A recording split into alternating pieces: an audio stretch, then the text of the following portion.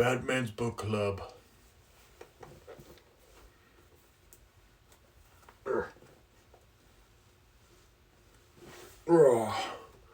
Batman's Book Club. But this time, we're serious. This is a serious conversation we're about to have. Let me put on my serious cowl.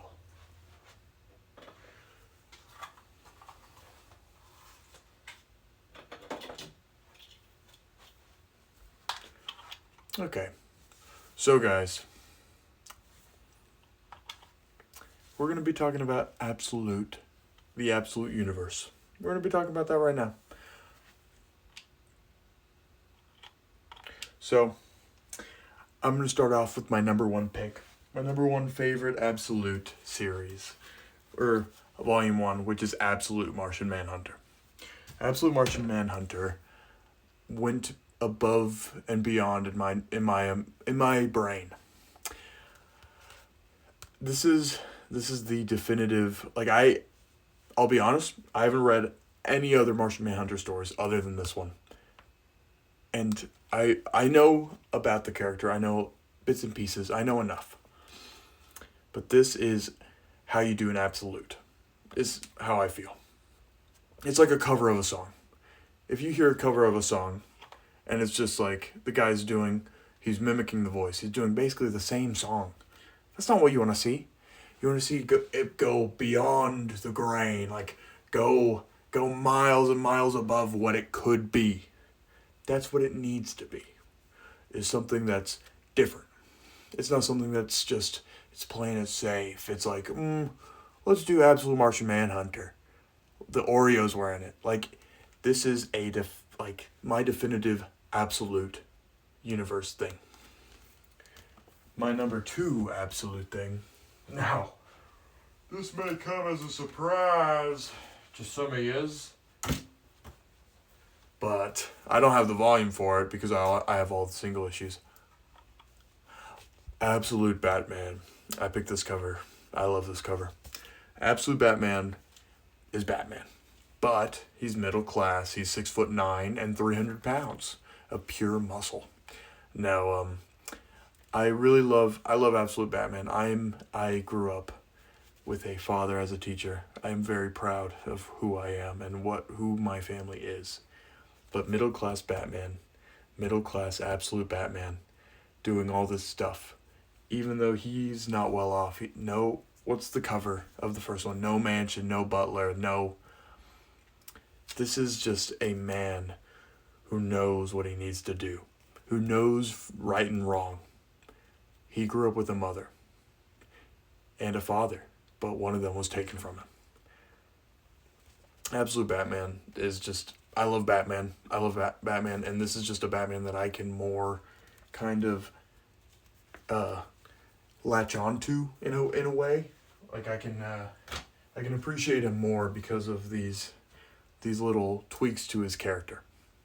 Now my third favorite absolute series is one I read just today. Absolute Wonder Woman. I could go into detail. I'm a huge nerd about Greek mythology, which Wonder Woman's a big character about.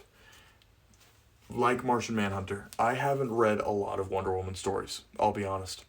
I think this is my first solo Wonder Woman story that I've fully read. So, I'm not the best guy to ask about Wonder Woman. I'm not the best guy to ask about a lot of things when it comes to DC, I'll be honest. But Wonder Woman, Absolute Wonder Woman, if this is just a peek into the character of Wonder Woman, then I want more. That's how I kind of feel about it. It's the difference between Martian Manhunter, who goes just above and beyond what Martian Manhunter is, just to go so far beyond the home run. If this is a kind of a Wonder Woman story, I feel like this is pretty similar, but I also am not a good judge on that. If this is a good judge of character, if this is a good window, looking into a window of who Wonder Woman is, then I want more Wonder Woman. This is perfect. I'll be, in my opinion, this is perfect to me. I love it a lot.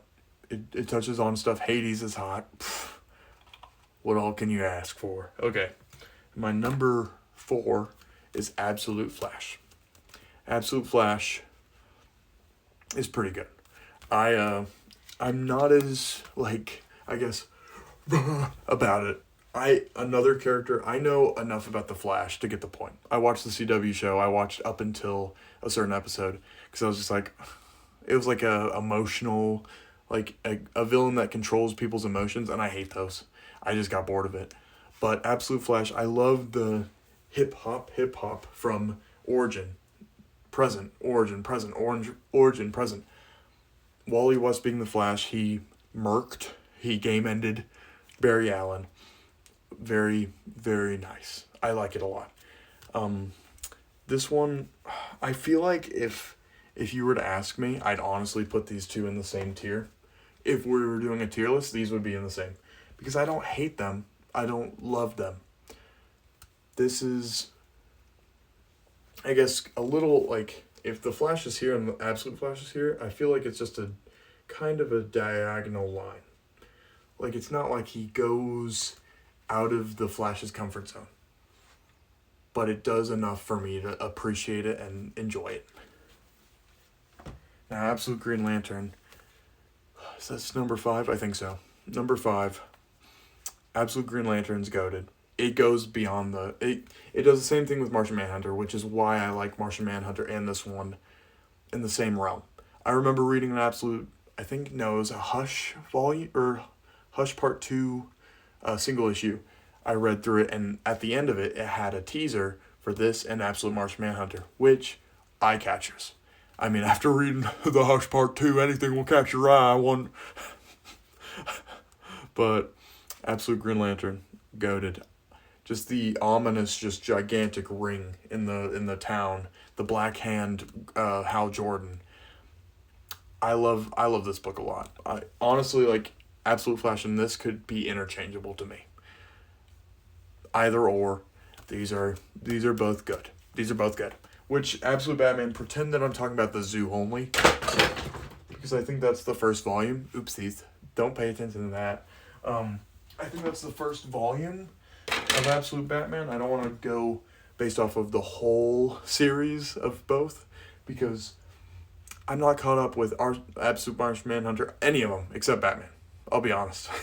Because I just can't catch up now. I like buying the volumes. Now, my least favorite so far is Absolute Superman. This one, Lois Lane's hot. She has a pixie cut. Video's over, bros. I'll see you later. That's all you need to know. No.